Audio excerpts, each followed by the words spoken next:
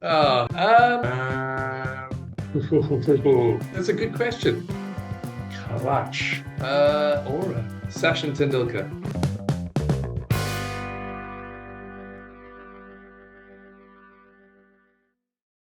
In 2025, Italy pulled off one of the genuine feel good stories by qualifying for their first ever Cricket World Cup. They will be soon be featuring in the ICC Men's T20 World Cup 2026. We are joined by the man who will be leading the Azzurri at the historic event later this year, Wayne Madsen.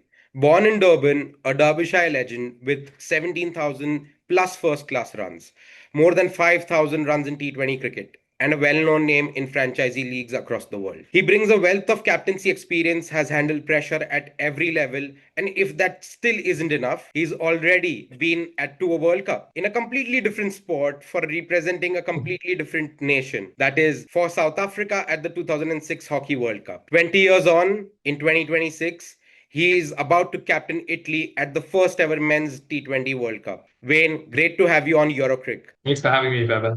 Thank you. Italy qualifying for the men's T20 World Cup was certainly one of the standout cricketing stories of 2025. I wanted to know from your perspective personally and from players' perspective, what does this moment mean? It's obviously huge for sport in Italy and obviously cricket in particular. From a player's perspective, as a group, there's been a real drive over the last sort of 4 or 5 years in particular for us to reach a World Cup, and it's obviously come to fruition. So all the hard work and the effort that so many people within the federation have put in to achieve this has been pretty special. So yeah, it really special in that regard. And I think for us as a cricketing nation, for us to develop within Italy, for young kids to come through the women's game, the men's game, this is huge for us, and it's just the starting point of a big journey for Italy cricket. That's excellent.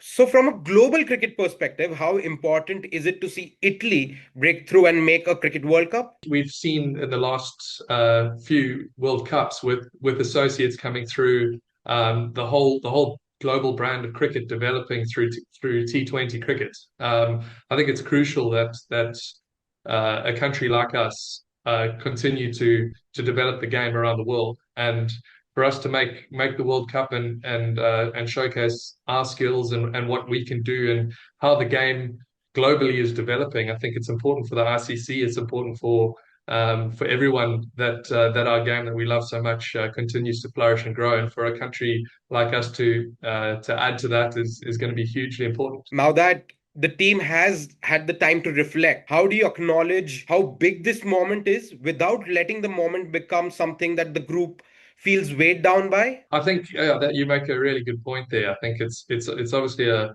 huge moment for us as a group and as a team. I think we've sort of wound down a little bit from where we were in the qualifiers in July. Obviously, we were on a massive high from after that, and the team did fantastically well, and rightly so. There's buzz around the group, but I think the focus quickly shifted to actually what we need to focus on from a playing perspective going into the World Cup. And we really have nothing to lose. We can go out there and showcase our skills. So that there's a not a huge expectation externally, but obviously there's a big expectation internally, and we as a group feel that we want to showcase what Italy as a cricket nation can do. And yeah, I think it bodes well that we don't have the external pressure, but we'll want to be putting in some outstanding performances, and it's a great opportunity for so many of our players to showcase their skills on a global level. Absolutely. At 41, you got the captaincy call, 42, and about to lead Italy into the first ever World Cup. Be honest, even 5 years ago, did you ever imagine your career taking this turn? No, I definitely didn't. I definitely didn't. Yeah, it's a huge honor for me. I think there's as with most of our team, the heritage within the group and the feeling that we have as a group for our country, for Italy, is really important to us, and for me likewise. It's a huge honor. 5 years ago. I wouldn't say I'd still be sure I'd be playing the game at 42.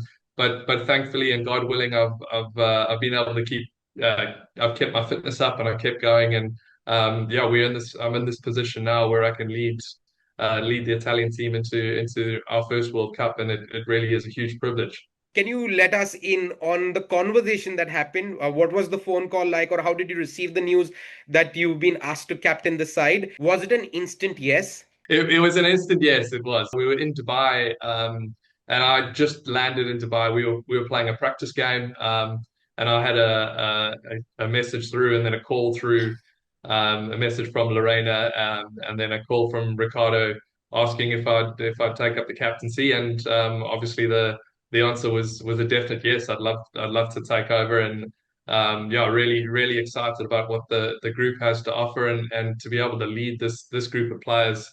It really is a special bunch, and extremely close to my heart. So I can't wait. It was as you say, it was a definite yes. Does the pressure double knowing you will be the only captain of an Italian team at the World Cup this year, especially in a year when the FIFA World Cup is also happening? I think yeah, there's always pressure, and it's all how we perceive it and how we deal with it. And I think fortunately I've had quite a bit of experience as you mentioned earlier with playing and captaining around the world. So yeah, obviously this is on a different scale and a different level. As you say, I've been to a hockey World Cup and played on a global level hockey. Cricket is another level on top of that. So yes, there'll be expectations, pressures, and I think we have the experience within our group to be able to deal with it, and certainly I've got a lot of support around me in terms of senior players, coaches who've been there and been in situations with high pressure, and it's going to be valuable for me as a captain to use that experience that we have, and yeah, I'm excited about that support network that we have, and as a group, that's the most important thing for us. For us to achieve and do well in this World Cup, we're going to have to play collectively exceptionally well. So that's going to be a big focus for us. During the European qualifiers in 2025, you weren't part of the squad, but you must have been keeping a close eye on the boys, how they were performing. What was it like to see your teammates create history? I was obviously playing for Derbyshire in the T20 Blast in the UK, and I wasn't released to go and play the qualifiers. And we were getting close to our start time, and it was the back end of the game against the Dutch, and we knew that we only had sort of 40. Well, I knew time wise and over wise what we had to restrict them. I think it was 15 overs or 14.3 overs. So watching that, but also at the same time, I had to get out and warm up. So I was delaying my warm up. I didn't want to go out into the warm up. I was watching on the TV in the dressing room and trying to follow the game. And I had to actually go out and warm up. I didn't see the end of the game, so I didn't see the last two overs as to whether we had actually qualified. It looked like it was getting, I think they needed 26 runs or something, so it was quite tight. After the warm up, I came in, and a couple of my Derbyshire teammates actually played a bit of a prank on me, and they were sort of hanging their heads on the balcony, and well, I couldn't believe it at that stage. But then when I got in, and obviously there were some big celebrations. When I realized that we had qualified and the boys had done it. And it's just not county cricket, it's franchisee cricket as well. You've had the pleasure to play in the elite environment where margins are really fine in T20 cricket and experience must be vital as well. How much has that shaped the way you think about leadership in this format? Yeah, it's crucial. I think the game has moved so quickly forward even in the last sort of 5 years. So being able to stay up with current trends, how tactically to stay ahead of the game. I think we've seen how things change so quickly in terms of bowling plans, batting, the shots that continue to be developed, and the style that guys play at.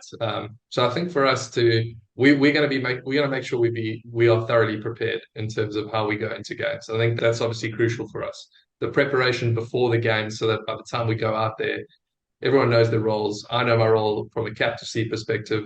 The different matchups that we're coming up against is really important. So the work that we do with our analysts, the experience that we have, as I said, with players, but also our coaching staff is very experienced as well. So being able to tap into that, the preparation before the game is as crucial as what we then deliver on the pitch. Another important sort of an event, even if we look beyond a little bit after the World Cup, is the European T20 Premier League that is primed to begin later this year. How do you see the ETPL shaping cricket in the region? Yeah, I think obviously it's crucial in particular for us as a nation. But as you say, for Europe and how the game is developing globally, it's going to be massive. I think we've seen the impact that so many of the franchise leagues have had across the world. I've had personal experience in South Africa with playing and how the SA20 has developed in South Africa. You've seen it with 100. I've seen it with 100 in the UK. So inevitably, there's going to be there will be success from the league. If you can tap into the talent pool that there is in Europe, it's going to be crucial for the game globally. And yeah, I think we've got a lot of young up and coming cricket stars in Italy that are being developed at a young age, and for them to have the league to look forward to as a development option, and to be able to go and play in something like that's going to be crucial for European cricket. It's just not the young, even 42-year-old are making headlines. So fancy yourself as one of the prime candidates to be featuring in the ETPL.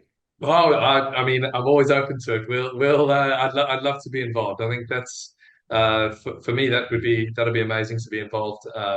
As you say, like and in particular for the inaugural event to get it going and to get it started. I think obviously there's some exciting things ahead with it. So yeah, I'd love to be involved. Time to head to Deep Point, Excellent. where the questions don't really have a point, but we are hoping your answers do. Excellent. What's the correct age to stop pretending you enjoy team bonding activities? Do you know what? I'm quite a social person. I love that. So I'm still involved.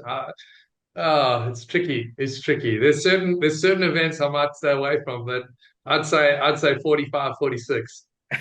Perfect. Is gelato a dessert, Yep.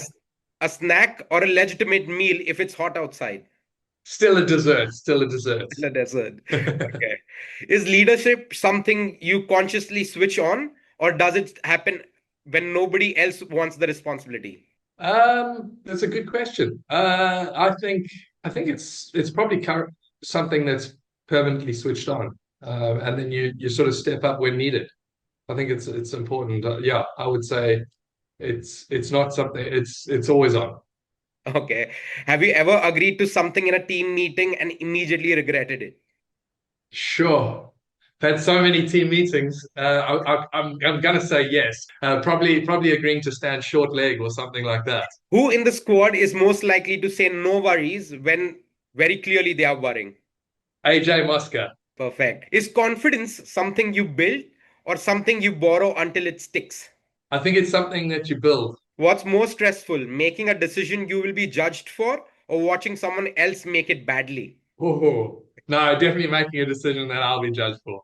Okay. I'm quickly going to move to the next section called Build Your Perfect Batter with Wayne Madsen. Technique, Kane Williamson. mentality, Good one.